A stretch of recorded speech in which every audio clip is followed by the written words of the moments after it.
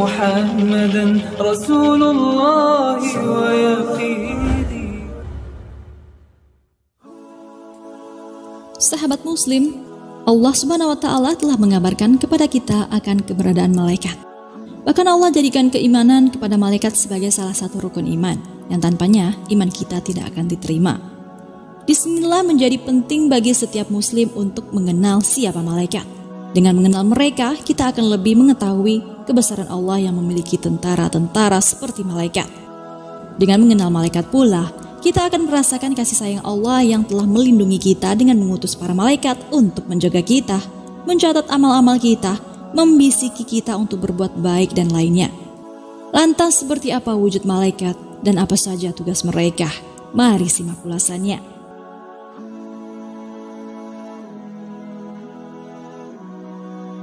Malaikat adalah makhluk gaib yang Allah ciptakan dari cahaya. Tidak memiliki sifat ketuhanan, selalu taat kepada perintah Allah dan tidak pernah bermaksiat kepada Allah Subhanahu wa Ta'ala. Rasulullah SAW bersabda, malaikat diciptakan dari cahaya arsy dan jin diciptakan dari nyala api, dan Adam dari apa yang sudah diceritakan kepada kalian. Hadis riwayat Muslim. Mengenai jumlah malaikat, tak ada yang mengetahuinya selain Allah Subhanahu wa Ta'ala. Allah berfirman, dan tidak ada yang mengetahui tentara Tuhanmu melainkan Dia sendiri. Quran Surah Al-Muddathir ayat 31. Lantas seperti apa wujud dan jasad mereka? Nas-nas yang ada menunjukkan bahwa malaikat memiliki jasad, bahkan jasad mereka sangat besar. Meskipun berbeda-beda ukurannya, Rasulullah SAW menceritakan bagaimana besarnya malaikat pemikul arsy. Aku diizinkan untuk menceritakan salah satu malaikat Allah, yaitu malaikat pemikul arsy. Sesungguhnya antara cuping telinga dan pundaknya sejauh perjalanan 700 tahun. Hadis riwayat Abu Daud. Allah Subhanahu wa Ta'ala juga berfirman, yang menjadikan malaikat sebagai utusan-utusan yang mempunyai sayap.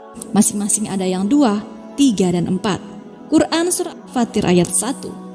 Sedangkan malaikat Jibril, Rasulullah SAW pernah melihat dalam bentuk aslinya selama 2 kali.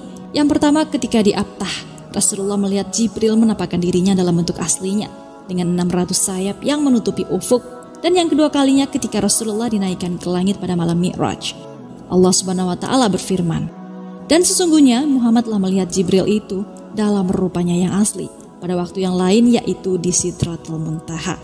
Quran Surah An-Najm ayat 13 hingga 14. Adapun selebihnya, malaikat Jibril lebih sering datang dalam bentuk sosok manusia yang disebut Dihyatul Kalbi, atau terkadang dalam bentuk seorang laki-laki asing yang tidak dikenali. Sedangkan orang musyrik malah mengatakan malaikat itu berwujud wanita, sebagaimana Allah Subhanahu wa Ta'ala jelaskan dalam firman-Nya. Dan mereka menjadikan malaikat-malaikat yang mereka itu adalah hamba-hamba Allah yang Maha Pemurah sebagai perempuan. Apakah mereka menyaksikan penciptaan malaikat-malaikat itu? Kelak akan dituliskan persaksian mereka dan mereka akan dimintai pertanggungjawaban. Quran Surah Az-Zukhruf ayat 19. Lantas mengapa tidak Allah berikan malaikat jenis kelamin dan hawa nafsu? Tentunya para malaikat Allah ciptakan hanya untuk mematuhi segala perintah Allah Subhanahu wa Ta'ala, yakni untuk menjalankan tugas dan tanggung jawab. Tak pantas rasanya tentara Allah memiliki nafsu seperti rasa lelah, rasa lapar, rasa haus, atau malah merasa tertarik satu sama lain. Tak seperti jin, mereka malah ada yang menyukai manusia seperti yang sering kita dengar.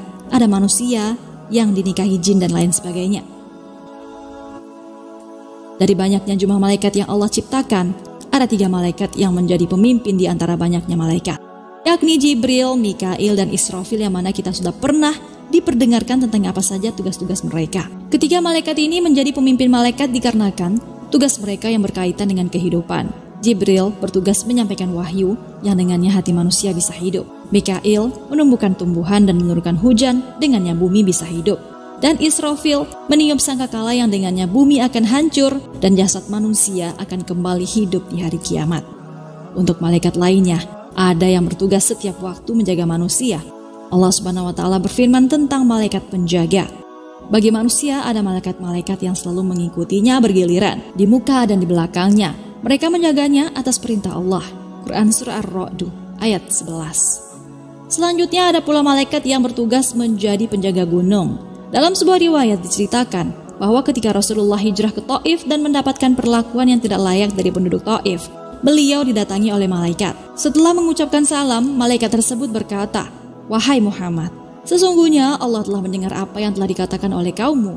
Aku adalah malaikat gunung. Aku telah diutus Tuhanmu untuk mendatangimu, agar engkau menyuruhku untuk membantu menyelesaikan urusanmu. Maka apa yang engkau inginkan aku perbuat kepada mereka? Jika engkau mau, akan kuhimpit mereka itu dengan 2 gunung batu, Abu Hubaish dan Al-Ahmar." Maka beliau bersabda, "Jangan, aku berharap Allah Subhanahu wa Ta'ala melahirkan dari mereka generasi yang menyembah Allah Subhanahu wa Ta'ala dan tidak menyekutukannya dengan suatu apapun." Hadis riwayat Muslim. Kemudian berikutnya ada di antara para malaikat yang bertugas berkeliling di muka bumi. Jika didapatkan ada majelis zikir, maka mereka akan ikut duduk di majelis zikir. Rasulullah SAW bersabda, "Tidaklah suatu kaum berkumpul di rumah di antara rumah Allah. Di sana mereka membaca kitabullah dan mempelajarinya, kecuali mereka akan diberikan ketenangan, diliputi rahmat, dan dinaungi oleh malaikat. Serta Allah akan menyebutkan mereka di hadapan makhluk atau para penghuni langit yang berada di dekatnya." Hadis riwayat Muslim.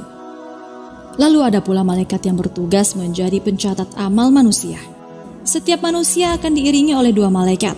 Sebelah kanan bertugas mencatat amal baik, sementara sebelah kiri bertugas mencatat amal buruk. Tidaklah seorang berbuat kecuali akan dicatat oleh malaikat, sekecil apapun itu, bahkan hingga rintihan orang yang sedang sakit. Malaikat berikutnya yakni ditugaskan sebagai pencabut nyawa manusia. Malaikat ini bernama malaikat maut, yang mana ia juga memiliki pembantu-pembantu yang akan mendatangi orang yang hendak meninggal dunia. Pembantunya ada yang berwujud baik dan ada pula yang berwujud buruk lagi menyeramkan, tergantung manusia yang akan didatanginya.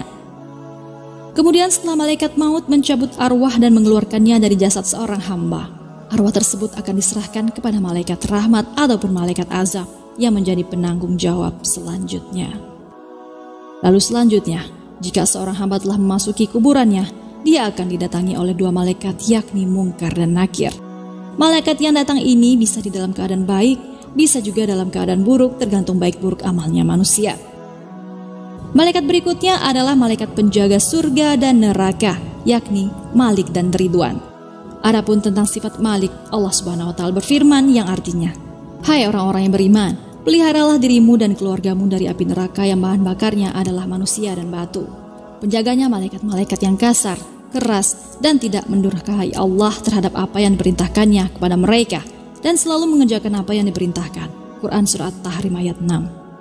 Dan sifat Ridwan, Allah Subhanahu wa Ta'ala berfirman yang artinya, "Dan orang-orang yang bertakwa kepada Tuhan dibawa ke dalam surga berombong-rombongan pula, sehingga apabila mereka sampai ke surga itu sedang pintu-pintunya telah terbuka, dan berkatalah kepada mereka penjaga-penjaganya, 'Kesejahteraan dilimpahkan atasmu, berbahagialah kamu, maka masukilah surga ini sedang kamu kekal di dalamnya.'" Quran Surah Az-Zumar ayat 73. Wallahu a'lam bishawab. Sahabat Muslim, demikianlah penjelasan tentang wujud malaikat dan tugas-tugas mereka. Dengan menyimak video ini, mudah-mudahan bertambah pula keimanan kita terhadap mereka. Jangan lupa berbagi informasi dengan cara share video ini, karena barang siapa yang menunjuki kepada kebaikan, maka dia mendapatkan pahala seperti pahala orang yang mengerjakannya.